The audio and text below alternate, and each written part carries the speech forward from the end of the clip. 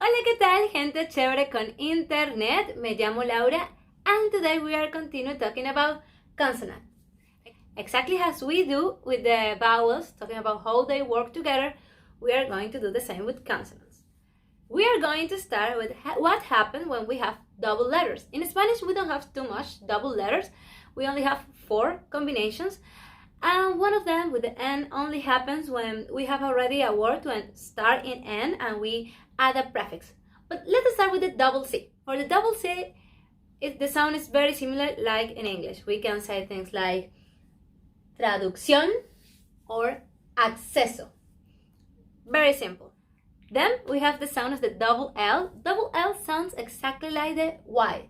We see the Y sounds ya, ye, ji, yo, you, and the double L is exactly the same. Ya, ye, ji, yo, you. We can say lluvia or calle. Then we have the double N. As we said, we use the double N when we have a praxis with N's in an N and a word to start in an N. For example, innecesario or connotación. And finally, in the double letters, the feared double R. First, nothing, don't feel afraid to pronounce this letter. Even babies, when they are learning the language, it's hard for them to roll in their R's. They cannot do it when they have 1 or 2 years. So just, it takes time. Don't feel ashamed to say it, just try it. It's okay, you cannot pronounce it. Even some native cannot pronounce it. So it's okay. Double R. Obviously, we don't roll in the R so much for pronounce it when we really talking, but that's the sound.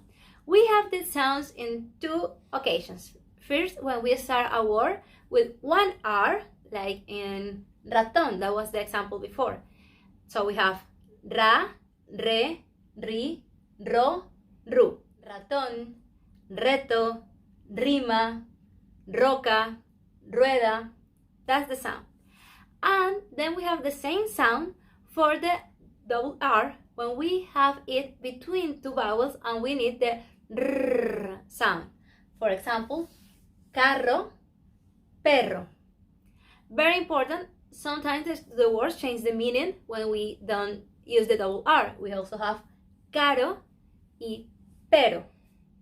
But try your best with this one, it's just practice. Beside the double letters, we have combination of letters. We call them sílabas trabadas. I'm not sure if CH belongs to them. We'll start with the CH. We said the H is silent, but it is not silent when it's in combination with C. So we have cha, che, chi, cho, chu. Like in cancha or chocolate. Now we can start with the sílabas trabadas. They are in the letter in combination with L or R. And those are the only combinations we have in Spanish. So we start with the B. BL, bla, ble, bli, blo, blue. Again, blanco or cable. Then BR, bra, bre, bri, bro, bru. Like in broma or hambre. C. CL, cla, cle, cli, clo, clu. Like in claro or tecla. CR, cra, cre, cri, cro, cru. Like in escribir, crecer.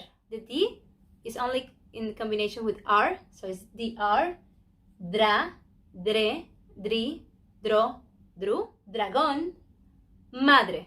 F, FL, flac, fle, fli, flo, flu. Like in flaco or reflejo. FR, fra, fre, fri, fro, fru. Frío or cofre. G, GL, gla, gle, gli, glo, glu. Glacial, inglés.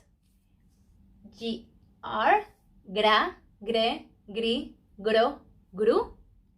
Grande, tigre. Then we have the P, PL, pla, ple, pli, plo, plu. Plural. Explicar. PR, pra, pre, pri, pro, pru. Privado.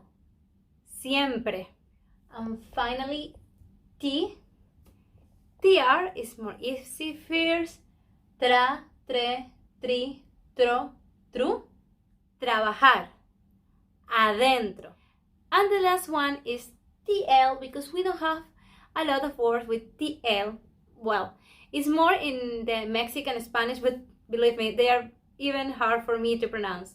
The most common one are the related with Atlas, Atlántico, Atleta, Atletismo, more related with that, but we don't have a lot of words with tla, tle, tli, tlo, tlu. And well, that's all for the video of today. I hope it's useful for you. It's very simple, as you see, it's a very short video about the consonants together, but this video is gonna help us for finally describe how to divide in syllables and how to use the accent. So, see you next time. Hasta luego!